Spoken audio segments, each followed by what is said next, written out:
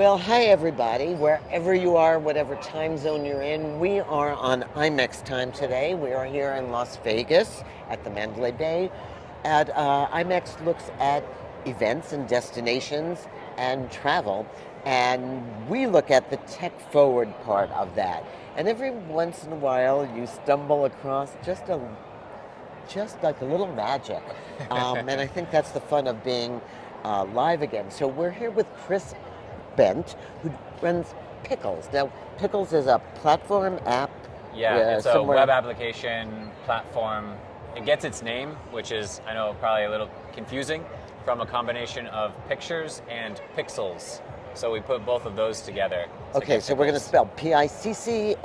Yes, exactly. And so we all know that we think more visually than ever before, right? We're turning into. I was raised as a writer, literary. It was all about words. Yeah. It's all about images, video, drawings.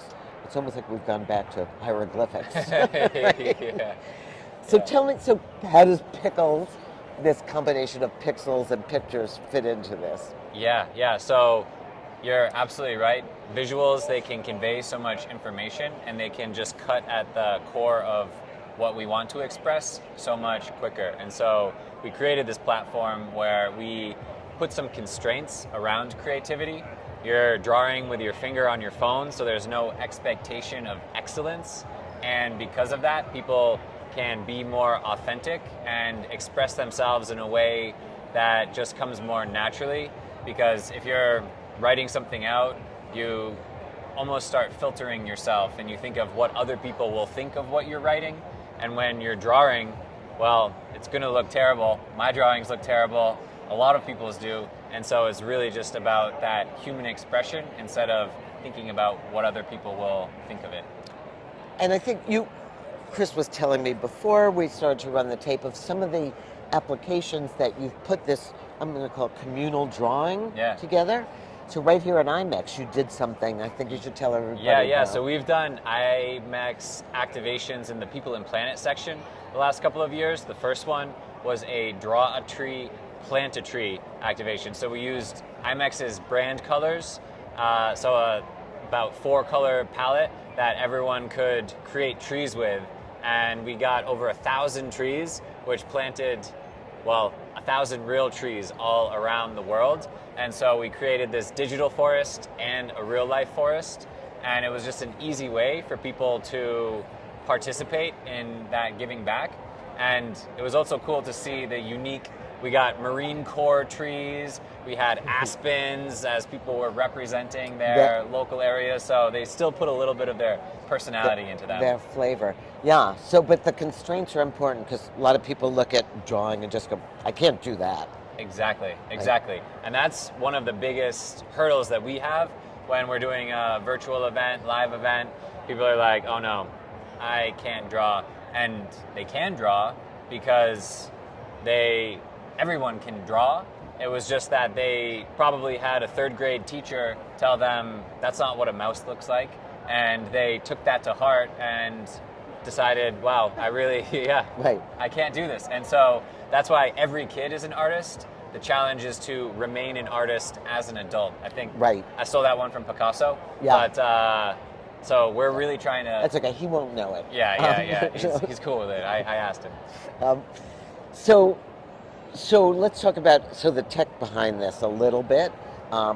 So you work with, I could be having a Zoom or a Teams or a WebEx meeting, and it doesn't matter. I can just bring Pickles into it. Is that true? Exactly. So as long as you can share your screen, there's a little QR code right on the screen.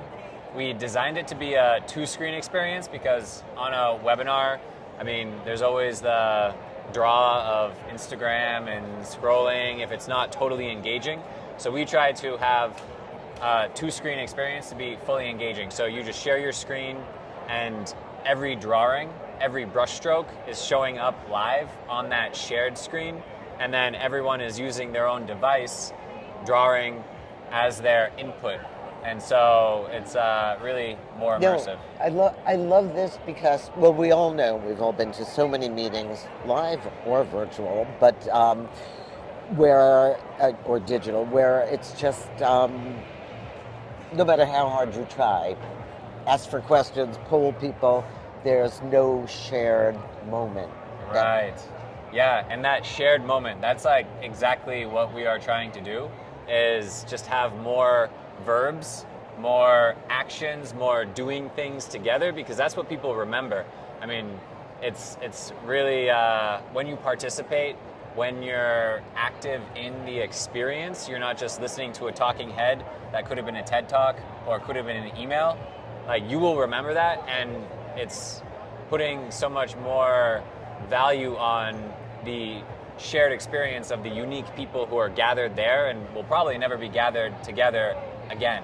And Yeah, but it's really about designing the experience. You told me about another one where you did it with books. yeah, that was another IMEX one.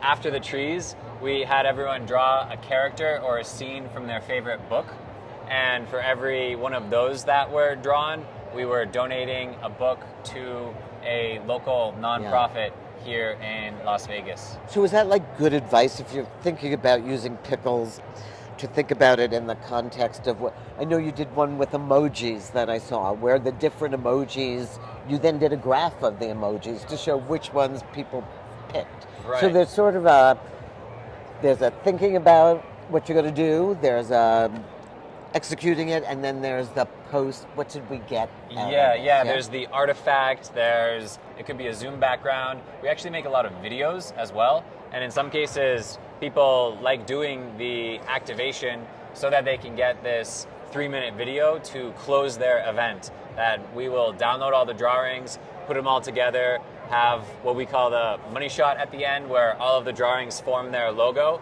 and then you can kind of celebrate the creativity of your community and just wrap things up by kind of featuring them as you. And it's as simple as sharing a screen.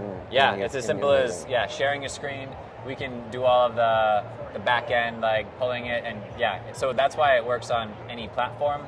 And we even sometimes use it before or after the event to get a little more engagement. Love it. So where are you going to go next with this? I mean, clearly there's this AI thing. There's the AI thing that we want to use to help categorize and understand the sentiment of an audience immediately, because a lot of times there's a facilitator doing it, and so this could almost be a way of helping the facilitator.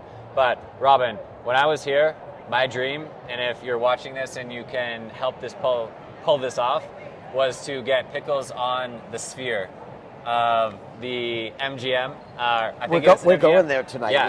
So that's the biggest screen in the world now, and I think using your tiny screen and having something you do there show up just larger than life, that's my goal of where I want to go next. And let's say every day, have like a 5-minute, all the drawings that were created throughout the world, all cultivated there and adding to the graphics. Dream big, buddy. I am. And I think that the larger message is, people said screens were isolating and screens just left you lonely and hungry, but they don't have to be. They can actually be larger than the sum of the screen. So you sort of have this philosophical message going on absolutely, that I think is so delightful. So I urge everybody to try this out. I should say I tried it out and I was a little like white screen freaked. But stick with it, and we will be showing you some of the results. And Chris, I hope you'll come on one of our shows. I would love to add some fun to all this. Yeah, I love veg. I read the Scuttlebutt and everything else that you do. Where does that name come from, by the way? Scuttlebutt is actually a word in the dictionary, and it just means like the inside. It's when you're a wordsmith, right? It means the inside story. Like, so what's the scuttlebutt on the real deal? Okay, I've always been wondering that, so I'm glad I got to interview you on that one. See, we interviewed each other. Thank you so much for making the time and for being a fan. Hey, appreciate it. Thank you. You have a great community. Thanks.